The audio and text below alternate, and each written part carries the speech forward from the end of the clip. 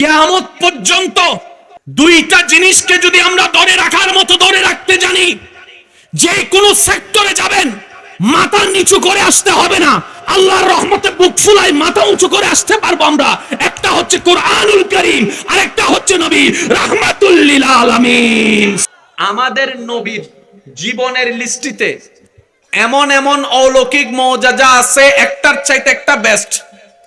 মনে রাখবেন, জেনে রাখবেন, নবীজি চন্দ্র দ্বিখণ্ডন করেছে আল্লাহর হুকুমে, কিন্তু 2024 সালে সেটার কোনো নিদর্শন আমরা পাই না। এটা হয়েছিল, একটু জোরে বলতে হবে, এটা এখন নাই। নবীকে উহুদ পাহাড় সালাম দিয়েছে, যারা সৌভাগ্য পেয়েছে তারা শুনেছে, আমরা হাদিসে পড়েছি শোনার সৌভাগ্য।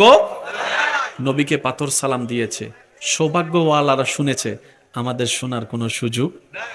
নবীজির দোয়ায় পশ্চিম আকাশে ডুবন্ত সূর্য আল্লাহ পাক ফেরত দিয়েছেন, যারা দেখার তারা দেখেছে, আমরা পড়েছি, দেখার সৌভাগ্য। এবার নবীর উম্মত যারা আছে কিয়ামত পর্যন্ত আসবে, তারা বলে আল্লাহ, আমরা তো নবীর মুআজিজা দেখার সৌভাগ্য পাইনি, আমাদের কপাল কি এতই খারাপ, আমরা কি নবীর মুআজিজা দেখার অধিকার রাখি না?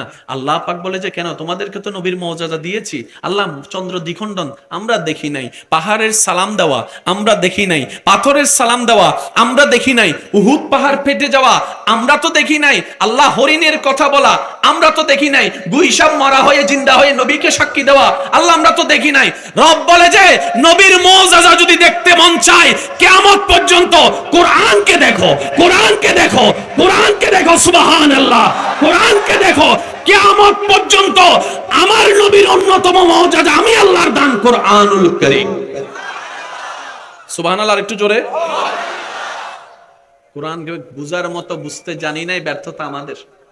আমরা কোরআন খুলি দুই কারণে, মাইন্ড করবেন না প্লিজ। আমরা কোরআন খুলি দুই কারণে, একটা খুলি সওয়াবের কারণে, আর একটা খুলি অন্যের ভুল ধরার কারণে। একটু বলেন না রে ভাই, অন্য কি বলছে সে ভুল ধরার জন্য কোরআন খুলি, আর একটা কোরআন খুলি হচ্ছে সওয়াব কামানোর জন্য, খতম দিব সওয়াব। আমি বিরোধিতা করছি না, সওয়াব।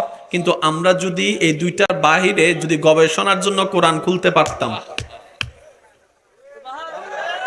সুবহানাল্লাহ বলবেন না?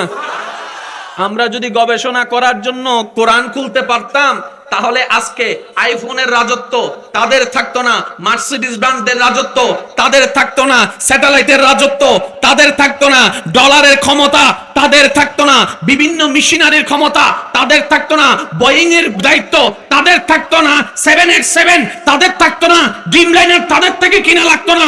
সারা বিশ্বে যত উন্নত প্রোডাক্ট আছে সবগুলোতে মুসলমানদের রাজত্ব থাকতো। আপনি বাজারে যাইয়ে দেখেন তো মুসলমানের প্রোডাক্ট কি কি আছে, বলেন না রে ভাই। আপনাকে বাজারে টিকতে গেলে, পৃথিবীতে টিকতে গেলে বিজনেস লাগবে না? এবার আপনি দেখেন আইফোন তাদের, স্যামসাং তাদের, তারপরে আপনার বিভিন্ন বিমান তাদের, হেলিকপ্টার তাদের, এটা তাদের, ওইটা তাদের, তো আমাদের কি কিচ্ছু না। আমার কথা কি আপনারা কষ্ট পাচ্ছেন? আমরা খালি হইলাম কেন? আজকে থেকে 600-700 বছর আগে তো কোনো না কোনো জায়গায় দেখা যেত মুসলমানদের রাজত্ব, এখন নাই কেন? আমরা টেকনিকটাকে অ্যাপ্লাই করতে জানি নাই, তারাও আমাদের মাথার উপর কাঁঠাল ভাঙ্গা খাইয়া চলে গেছে। ও যুবক, কথা বলতে হবে, ঠিক কি না? আজকে একটা কথা মনে রাখবেন, ওলামায়ে কেরামের দোয়া নিয়ে বলার চেষ্টা করি। 1000 জন আলেম, 1000 জন বক্তা, 1000 কোটি বছর বক্তব্য দিয়ে যতটুক জ্ঞানের পাহাড় হবে, কোরআনের একটা শব্দের জ্ঞানের বরাবর হবে না। একটু জোরে আমি আপনাদেরকে কিভাবে বুঝাই, আসুন কোরআনের একটা চমৎকার জিনিস খেয়াল করি। আল্লাহ তাআলা বান্দাদের থেকে যে যে বিষয়ে হিসাব নেবেন, তোর মধ্যে একটা পার্ট হচ্ছে শুকরিয়া। তো শুকরিয়া কিসের আদায় করতে হয়? নিয়ামতের। এবার বলেন, চোখ কি গজব না নিয়ামত?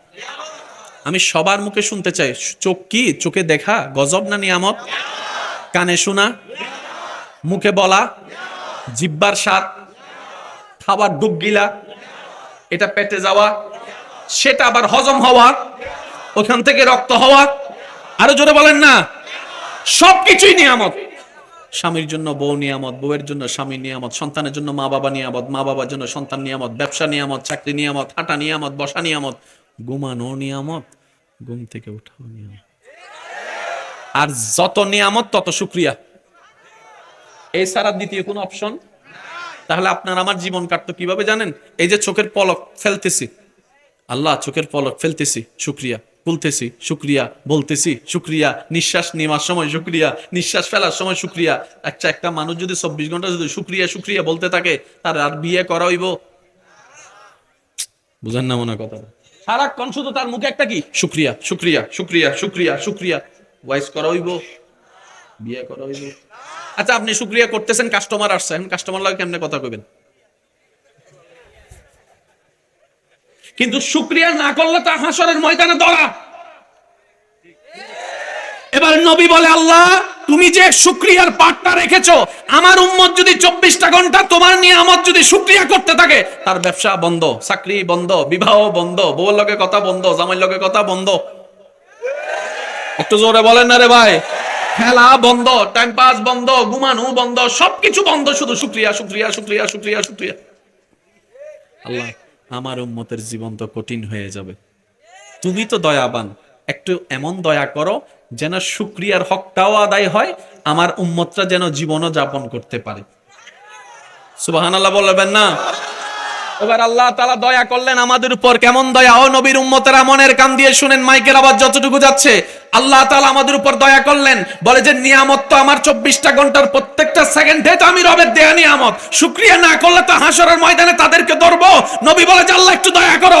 আল্লাহ পাক বলে আপনার উম্মতকে বলবেন, এমন একটা শব্দ আমি দিলাম, শুধু সারা দিনে পারে, যখনই পারে একটা শব্দ বলবে আলহামদুলিল্লাহ। এটা বলার সাথে সাথে 24টা ঘন্টার প্রত্যেকটা সেকেন্ডের নিয়ামতের শুকরিয়া আদায় হয়ে যাবে। এবার সবাই মিলে একবার বলেন তো আলহামদুলিল্লাহ। আমার এই কানটা মনে বয়রা, শুনতেছি না দিকের আওয়াজ, একটু জোরে জোরে বলেন তো আলহামদুলিল্লাহ। হামিম দাল হামদ মাদ্দা, আগে যোগ হলো আলিফ লাম। আলহামদুলিল্লাহ মানে প্রশংসা। ভাইয়া একটু মনোযোগ। সমস্ত প্রশংসা, এই সমস্তর ভিতরে চোখে দেখা, এই সমস্ত শব্দের ভিতরে চোখে দেখা, মুখে বলা, বসতে পারা, হাঁটতে পারা, বিয়ে করা, এটা বেশি আছে কইতেছ। 24টা ঘন্টার প্রত্যেকটা সেকেন্ডের কাজকে 1 সেকেন্ডে নিয়ে আসছে, এটার নাম ইসলাম। সুবহানাল্লাহ বলেন না? এবার আওয়াজ দিয়ে বলেন তো, কারো জবান যেন চুপ করে না থাকে। ইসলাম কি কঠিন করলো জীবন নাকি সহজ করে দিল? আর একটু জোরে বলেন। ইসলাম সহজ, ইসলাম সুন্দর, ইসলাম স্ট্যান্ডার্ড, ইসলাম যুগ উপযোগী একটা ধর্ম। বুঝার মতো বুঝতেও জানি নাই, নেওয়ার মতো নিতেও জানি নাই। ব্যর্থতা। আমারটা তো আমি কইয়া লাইছি, আপনারটা আপনি কর না। ব্যর্থতা, ব্যর্থতা। কোরআন এসেছে ঝগড়া বন্ধ করার জন্য, তবে প্রশ্ন একটা থেকে যাই, সেই কোরআন নিয়ে আজকে তো ঝগড়া কেন? আরো জোরে বলতে হবে। ইসলাম এসেছে যুদ্ধ বন্ধ করার জন্য, সেই ইসলামের মুসলমান আজকে দলে দলে এত মারামারি কেন?